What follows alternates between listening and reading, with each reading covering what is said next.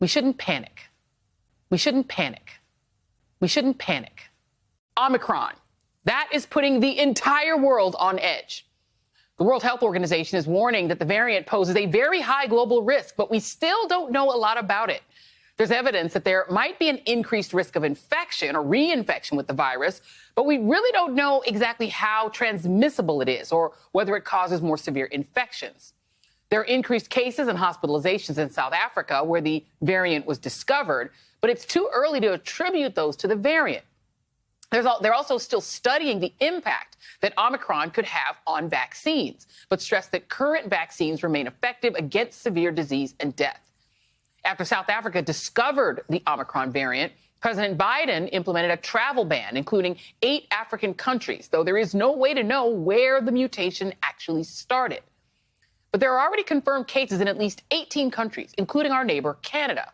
And health officials say it's probably already here. New York is on alert, with Governor Kathy Hochul declaring a state of emergency and New York City reinstating a COVID mask advisory. Today, President Biden made it clear that while we should be prepared, we shouldn't panic. We shouldn't panic. We shouldn't panic. We shouldn't panic. My adult children live in New York. They've been screenshotting and sending me info on Omicron. It's really frightening because it feels like it is the next sort of wave of the pandemic, and it feels kind of unstoppable. How much more dangerous is the Omicron variant than Delta? Well, it's a really important question, Joy, and there are actually 3 critical unanswered questions about Omicron. Is it more transmissible? Is it more dangerous? And how effective are our vaccines against it? But I want to caution people against jumping to conclusions too quickly, because there will be anecdotes that come out, small bits of data, but we have to actually look at the data in aggregate, laboratory data, clinical data, to fully understand the answers to these questions. I get that people are scared and tired. It's been 22 months that we've been dealing with this. And when you hear news like this, you think, gosh, is this ever going to end? We shouldn't panic. We shouldn't panic. We shouldn't panic. Good evening, everyone. We begin the readout tonight with breaking news from New York, where moments ago, Governor Kathy Hochul announced that the state has 5 cases of the new Omicron variant, 1 in Suffolk County and 4 in New York City.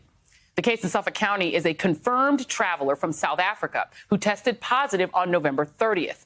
This comes as a Minnesota patient with no history of international travel tested positive after attending a convention 2 weeks ago with 63,000 other people at the Javits Center in New York City. The city does not yet know if any of the confirmed cases are connected to that convention. All 5 cases are mild, but Mayor Bill de Blasio said that we should assume there has been community spread in the city.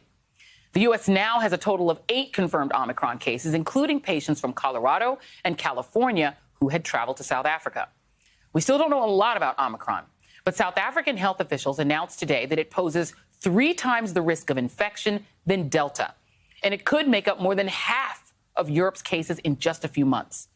In response to the new variant and rising cases, President Biden detailed his strategy for what could be a difficult winter in a speech today. While he maintained that there is no need to panic about Omicron yet, we shouldn't panic. We shouldn't panic. We shouldn't panic. But at this point, given where we are, I've gotten my booster. To people who are boosted, like myself, is that fully vaccinated now? Because now I'm worried that Omicron could overcome the booster. We shouldn't panic. We shouldn't panic. We shouldn't panic.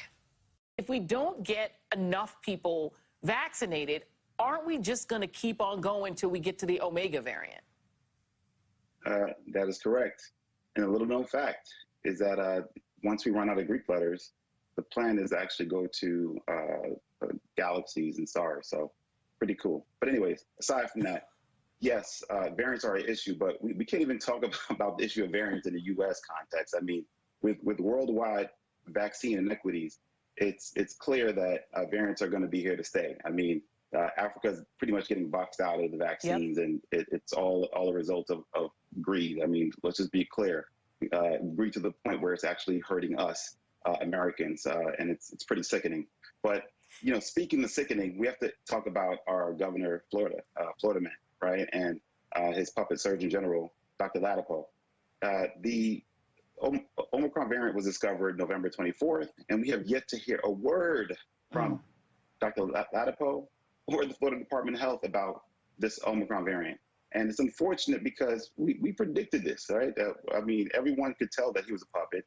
And, lo and behold, he's a puppet. And again, there's a lot of information going around about the Omicron variant, but it's literally his job as Florida General to communicate with the public, to clear up a lot of the misinformation, disinformation, and conflicting information. But he hasn't said a word, and that's a dereliction of his duties as Surgeon General. And we as physicians have zero guidance from the Florida Department of Health at this particular point.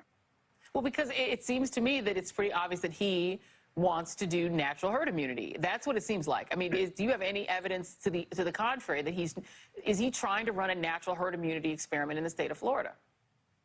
Well, actions speak louder than words. And as you may or may not know, Dr. Ladapo is a member of the frontline doctors, right? And that is a very suspect group who's been advocating treatment options and saying things about the pandemic that are just completely ludicrous and not based on the science, and few of them actually losing their license as a result of it. We shouldn't panic.